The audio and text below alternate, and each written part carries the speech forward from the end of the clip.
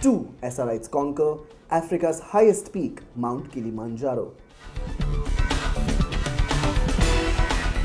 Battling tough conditions on 9th of July 2012, Deepak Sachdeva and Srinivas Rachakonda hoisted the Indian flag at 20,000 feet above sea level.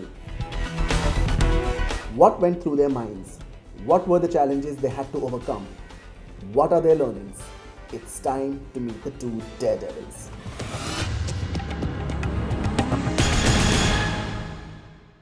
We, Deepak and I, have been doing a lot of things together. We have been to places to understand how people are doing a lot of social work, and we had been to Ranchi a year ago, and we have also been discussing a lot of things that can be done in and around Jamnagar.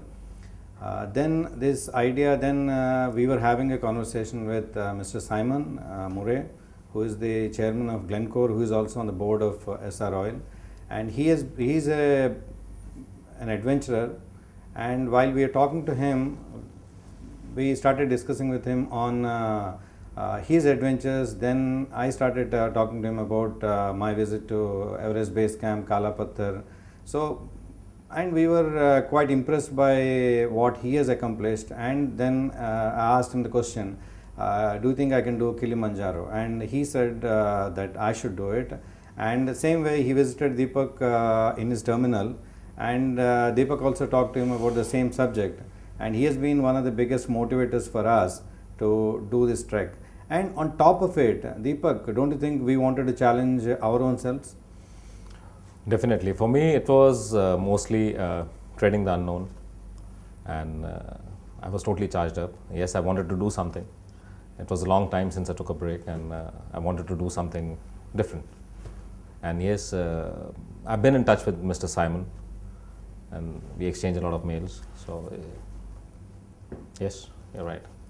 And I think the most important part is challenging ourselves. You know, when we looked at the program, and when we started discussing how much we need to climb in a particular day, you know, we saw that sometimes it was more than 10 hours a day.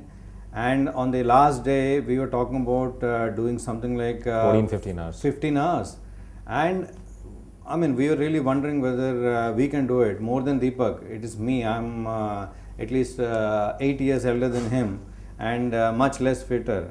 So I was wondering whether I can ever do this 15 hours, because I don't feel like walking even 1 hour, you know, unless you know, it's a preparation for something. He is more technical. He would get into, you know, how much would you go up, how much would you come down, how much would you walk. For me, I just knew that I had to do this, irrespective of what it takes, and because I knew that we're going to do it together. So he can do the dissection and he can do the technical analysis, while I'll just do it along with him. And I think it has been the same thing all through. I was making all the preparations for plan, and whom to contact, and you know, which agency to go through, and which place to stay. All those things I was doing, and Deepak has completely trusted me, and he never ever questioned any of those things. And during the trek, he has been a great help. I think if you believe in somebody, just follow. I mean, don't just keep having doubts. If you believe in somebody, then just follow, and believe in yourself, and then if you believe in somebody, just follow. That's it. I did not participate at all. I did not contribute at all in arranging the whole trek, in arranging the whole trip. Nothing, not even my air tickets. Everything was done by him and his team. Yeah, and I think it is the trust, you know, this kind of, whether it's high altitude climbing or it's anything which is challenging, the first thing that you understand and accept is the mutual trust. I trust him and he trusts me. You know, when I say, I mean, I still remember the time when on the last day, Deepak said it around what, 12:30 or 1 o'clock. He said in the afternoon, we just returned back at 11:30 from the peak. And at 1 o'clock, he just says that, you know, we can no longer eat this kind of food. And I'm getting irritated with the smell of oil. Right, Deepak? Absolutely. And he said, we'll go back all the way to, you know, to our resort. And it was something which is extremely challenging, because we knew that we were tired and we needed to walk another 8 to 9 hours. Nobody does that. Nobody does that. I mean, you scale the peak the same day and you're back in your hotel the same night. You don't do that. Nobody does that. You have to get deacclimatized, you have to stay in some camps, and the whole process is actually a day and a half, and we decided to do it in 10 hours.